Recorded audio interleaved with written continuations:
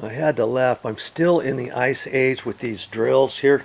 Here's my pop's old drill from years ago, and it's from Skill, and it's only a 12 volt. That thing doesn't really work too well, but I'm gonna end up using it. And here's his Makita, and it's a variable speed one, and of course it's the old school one with the extension cord attached to it. That's all I got.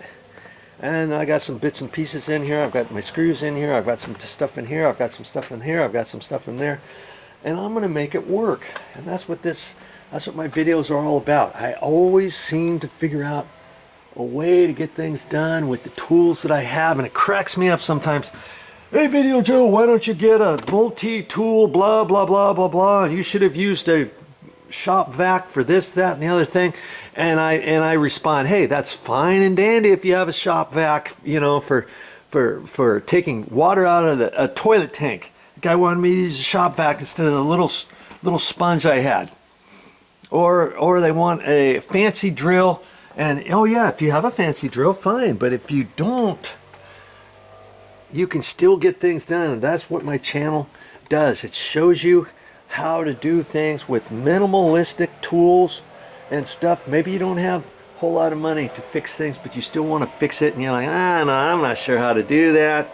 Do I have to pay a door company to come out here and fix that and have them look at this and stuff? Oh yeah, if you had a door company come out here, it's probably going to charge you $145, $175, maybe more, probably $225. Seems as though he has to put a weather stripping down there, and he might do the repair slightly different than what I showed you, to where, oh yeah, I had to put some surface mounted screws in here, I had to put different screws in here that didn't match, and I had to put some caulking over here, and oops, I buggered up something. But you can fix that with some touch-up paint. You can do this, you can do that, and now all of a sudden you have a $250 bill, and it still looks like it's not all patched in properly.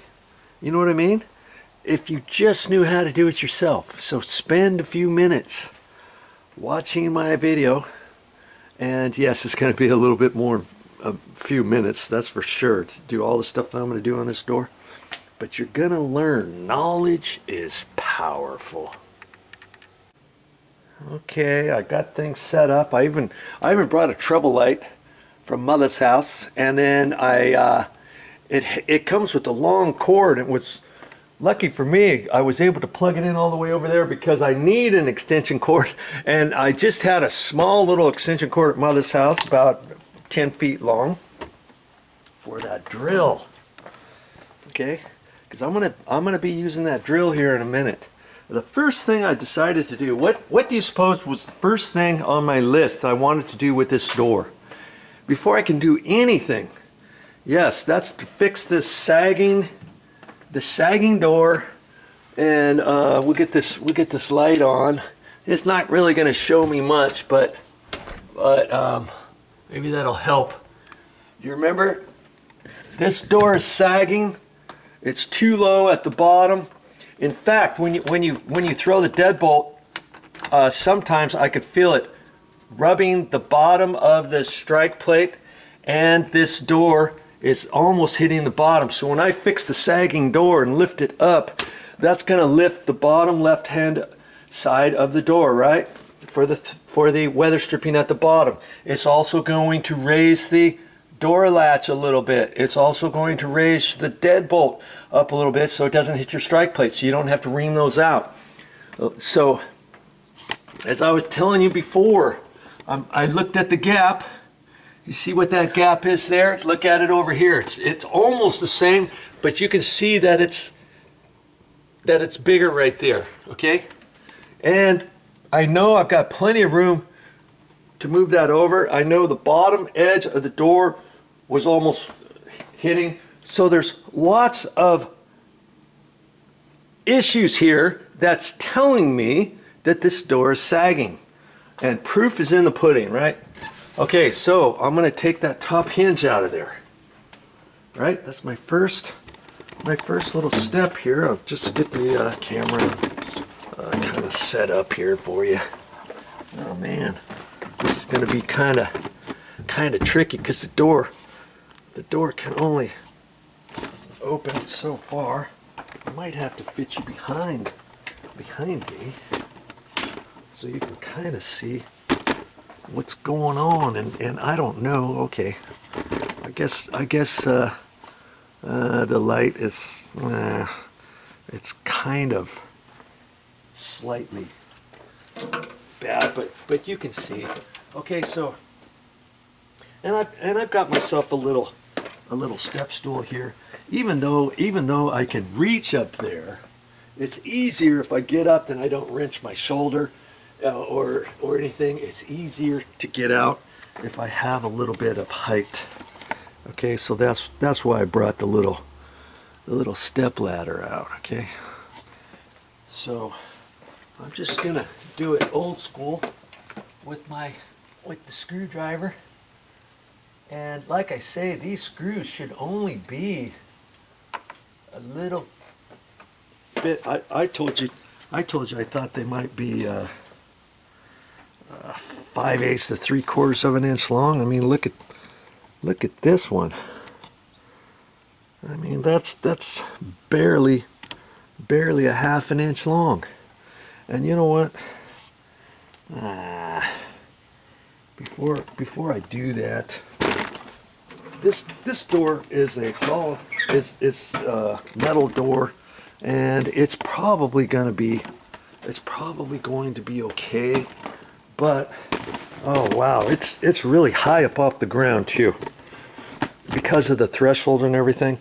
What I need to do, see, when I take that top hinge off, this door is going to sag, and depending on how heavy the door is, I might not be able to lift it back up there on my own. If I had somebody here with me, I could have them lift. Okay, lift the door back up a little bit. Okay, too much. Okay, just a little bit more so I can put these screws in. Because see, these screws, here's the other thing. These screws are so short. I may have to fish around and try to find some more screws, because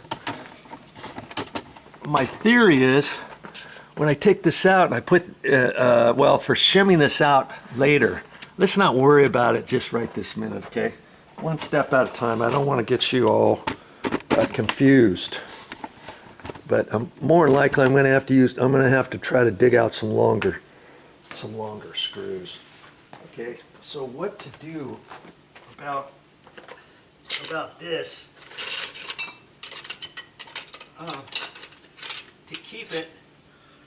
to keep it from not sagging once I take that top hinge out. See, the stuff that I have is really not high enough. Let's see how I'm going to do this. I might have to find a block of wood here. As luck would have it, I got a 2x4 right here. Maybe I could just raise it up off the bottom, huh? I could just do that business. There we go. And if I don't want to scratch up the concrete, I just put a putty knife under there. That's my cat's paw. Let's see if I can grab my hammer here. Oh, that was easy. I'm just going to tap this. Boom. Got her. Okay. You see, that's going to keep my door from sagging when I take this hinge out. Okay. That's all I'm going to do with that. All right, let's get you set back up here. Let's see what I'm going to do here. Yeah, I'm about ready to get my video camera replaced. For some reason it's not reading the light properly. Okay, but I'm hoping you're going to get the idea of what I'm doing here. I'm just taking this top hinge, I'm loosening it off and taking it off of the door jamb. We're going to fix this door sag. Okay, Oh, that's good. They got one screw that's longer than these other ones. That's a good thing. And my little 12 volt battery operated drill is being charged right now because I don't use it very much, but you see this long screw was going right into the door jamb. See how short these other screws are? Now I'm sure I've got another long screw, and see, I'm only going to need 2 long screws later on to put that hinge back in, because the screws to the far right, even if I had long screws like these this long one that I just took out, which is closest over this way to the weather stripping, that's going straight into the 2x6 or the 2x4 of the framing inside there. But if I were if they were to use this long screw and one of these other 2 screws towards that way, if you didn't angle it, it would hit the edge of the sheetrock that's on the wall and would go between the sheetrock edge and the 2x4. Or if it just barely hit the 2x4, it could split off the edge of the 2x4. You see what I mean? And so that eventually is probably not going to hold. So I just grab a little screwdriver here and see if I can't kind of get underneath here to pop this this hinge off without marking up the door jamb, right? I mean, know when to be a bull in a china shop and know when not to be a bull in a china shop is my motto. See there? Okay, now we pop that out. The door's not sagging, so when I get ready to screw this back in, I can just stand up here and screw it in because I've got the bottom of the door propped open, see? Okay. So now I've got to drill those holes. And I'm gonna put a couple marks with the felt tip pin where I want these, and I'll kind of show you what my plan is. Okay, that felt tip pin. And by the way, I very seldom use this felt tip pin in my nail bag, but when I store this, you don't want to store your felt tip pin straight up. Face it upside down as you leave it in your nail bag. And I've done that for years, and it's still good. Okay. All right. So, okay. So now I'm gonna.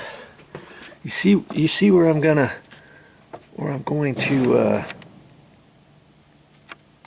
put those screws on the inside, and as long as it's not too close to here, as long as it's not too close to the edge, I can put a screw in there, and my idea is to drill it in there and screw it in there so it's, if not flush, just below flush of the door jamb. Okay, now see this one here, I got to put it there. I don't want to put it on top, because then it gets closer to here. I want to try to keep these as far away as possible, okay? But I don't want to get it any closer. See, if I were to drill this straight, that is going to hit the edge of the drywall and the 2x4, 2x6 in the wall, okay? So when I take this one, I'm gonna take the drill at about this angle. I can still do that with the door without hitting the edge of the door, I believe, okay? Or I could have put it up here, but this one is a ½ inch further than right there. I'm trying to get the full amount of this jamb as possible to push in. I don't want to get these 2 screws too close. Do you see what I mean? So those are going to help. Okay, so now I've got to put some screws in there. I'm going to talk to you about that here. And I've got myself a drill bit in here, and this, obviously you want a drill bit a little bit smaller than the hole, and I pull it out as far as I can to tighten it up. I just have about 1/8 of an inch or so in here, because then that gives me as long as I can for a little portion of this to drill into the 2x4 behind there. If I were to push this little drill bit all the way in there, it's only going to stick out this far, and it's not going to go into the 2x4 very far. I want it to go in because I've got to use some screws, probably 2-inch or 2.5-inch screws. Now I happen to have some 2-inch screws, and these are coarse threaded drywall screws, and usually I carry around let's see here, see, coarse thread drywall screw, 2-inch, and here's some coarse thread drywall screws. This is 1.25 inch. Usually I carry 1 5/8 2.5 and 3-inch, along with the 2-inch and the 1.25 inch. But that's when I'm at home. I'm at Mother's house. I should get some more screws next time I'm at the hardware store. But this is all I got to work with. And I always carry extra this, that, and the other thing type screws in here. And so I found a few other screws. Now here's the 2-inch. But I think I really need a little bit longer than 2-inch, because I want to try to suck that in. And now follow me along here. This door jamb portion right here generally is about 3/4 of an inch thick. Then before the 2x4 or 2x6 behind there, they usually allow for the rough framing, they usually allow 1/4 inch and 1/4 inch, about 1/2 inch wider than your door jamb. Your pre-hung door jamb. Okay, so then that means in theory you got to have 1/4 inch clearance over here, you got 1/4 inch over there. Then you can start doing some shimming in case you're not perfect, in case the 2x4 is crooked or twisted or whatever. You got 1/4 inch over here, 1/4 inch over here. If this side of the door jamb or the 2x4 of the framing is perfectly plumb, sometimes they might just nail the jamb right to there, and then you got a 1/2 inch gap over there. Other times maybe something that's not perfectly square and straight and plumb, you've got 1/4 inch of shimming here, 1/4 inch of shimming over there. Okay, so we know that 3/4 of an inch plus 1/4 inch is 1 inch before this 2-inch screw goes into the existing wood. Now 2 inches I think is about minimum. You don't want to do anything less than 2 inches to suck that over, because you remember I'm going to pre-drill a hole here and there with my little bit. Then I'm going to take this and I'm going to ram that in there, and I'm going to hope I can get this pushed in even further by 1/16 or so into there, so I can get that much more force in there. Now if I had an impact type drill, I could just ram it in there like that, but I would still want to pre-drill. I'd still want to pre-drill a hole through the door jamb. You never want to just take a screw and go in there, because generally this stuff here could split. You could split that, and then where are you going to be, right? So I always like to pre-drill through this to get this screw in there. You see what I mean? But because I don't have an impact drill, there's no way this 12 volt's going to do it. There's no way an 18 volt is going to suck that in beyond the edge, the face edge of the door jamb. If I had an impact drill, I got one at home, but I don't bring all this stuff with me whenever I go to Mother's. I make do with what I have. Okay, so this one, chances are when the battery's charged, I don't think I'm even going to use that to drive it in. I'm gonna have to take this out, take that drill bit and the bit with the tip on there, put it in that, and then that is only gonna get me tight and maybe just a hair back and forth. So I think maybe 2 inch might be enough for that. But if I had 2.5, let's see, this one here is 2.5 inches, but as we know, it's this was the long one that was screwed in from the door, the hinge, and I'm gonna have to find some other screws fairly long, and let's see what I got here. See, those aren't going to be long enough. I'm going to have to hopefully find some more of these, and here's one that I could use. That's 2 inch instead of 2.5. This one's 2.5, but 2 inch would be fine to reattach the hinges later on, because remember, I have to shim the hinge out, once I do that, there's no way I can use these at all for the ones out closest to the edge of the door jamb. And is this really going to hold the hinge tight when I start popping it out at an angle? I'm gonna have to end up finding some more of these. And see, I'm gonna have to dig through here. I found 2 long ones there, and here's one, and here's a shorter one, but that's 2 inch. That's probably okay. And so I'm gonna have to find a couple more of these, preferably the same color. Now see, they painted the top of that. You could paint the top if I wanted to, if I had some corrector fluid for a typewriter or some white modeling paint. I could hit that. My mom's got some at her house. If I wanted to, I could you know, put some on there. So first off, I'm going to try to get these. If I can't find those, could I use the black ones? I really don't like to use the black drywall screws for exterior purposes, if they're going to show, because they could rust later on down the road. So I could use the gold ones. Here's another gold one. Or I could use the silver ones like this. See, this silver is like a galvanized coating type thing. I could use the silver too. Okay? So it limits me on finding any other screws. 2.5. Now see, here's one here, here's one here. I could use those, but you see, these are like fine threads. See how close together those threads are as opposed to the other one. This is called coarse thread, and that's designed for wood. This one's fine threads is called, and it's designed for sheet metal. But in a pinch, if I only had these to work with, I'd use them. Okay, I could still use it with that. But see, here all these are fine screw ones, and I don't know if I really want to use those.